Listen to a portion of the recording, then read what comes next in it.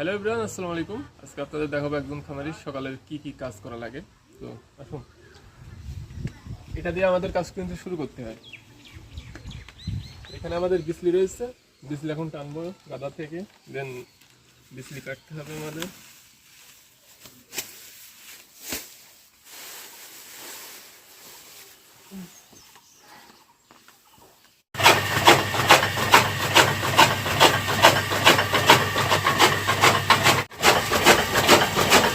তো বন্ধুরা, এখন গোবর পরিষ্কার করার সময়।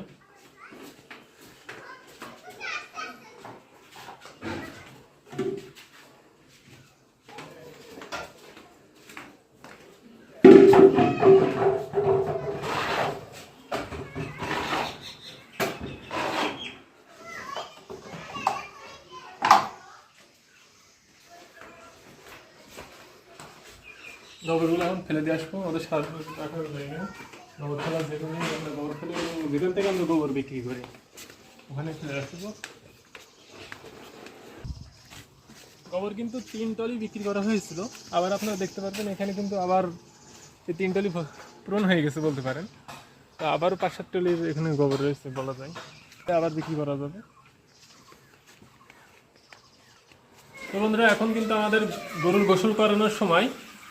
সকাল সকাল গোসল করে দিলে গরু ফ্রেশ থাকে এবং ঠান্ডাও থাকে, যেহেতু গরমের সময় আর ফ্রিজিয়ান গরু, সেই হিসেবে দ্রুত গোসল করে দেওয়ার চেষ্টা করি। সকালের গোসল আপনার 9-10টার মধ্যে করে দেওয়া উচিত, আর সুযোগ পেলে 12টা-1টা কিংবা আপনার বিকেলের দিকেও একবার দেওয়া উচিত, যখন খুব প্রয়োজন মনে হয় যে আরও একবার করলে ভালো হয় তখন।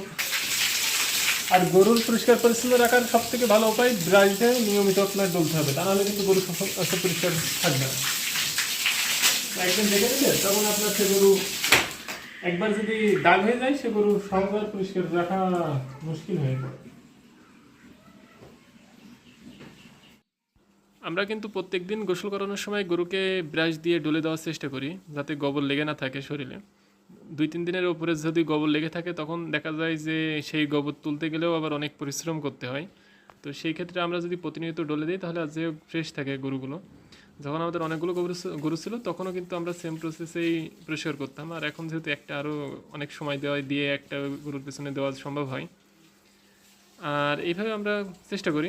তো এত গরম যে গরমে বাঁচা মুশকিল, তো গরুর গোসল করাতে করাতে মাঝে মধ্যে নিজেও গোসল করে ফেলি গরুর সাথে সাথে, কিছু করার নাই। সকালের কাজের সমাপ্তি কিন্তু আমরা এইভাবেই শেষ করার চেষ্টা করি, প্রত্যেকদিন সকালে গোসল দিয়ে। আর যাই হোক বন্ধুরা, আজকের মতো সকালের কাজ শেষ হয়ে গেল। এখন আমাদের সকালের খাওয়া দাওয়ার পালা। তো এখন আজকের মতো এখানে শেষ করছি। সবাই ভালো থাকবেন। আসসালামু আলাইকুম রহমতুল্লাহ।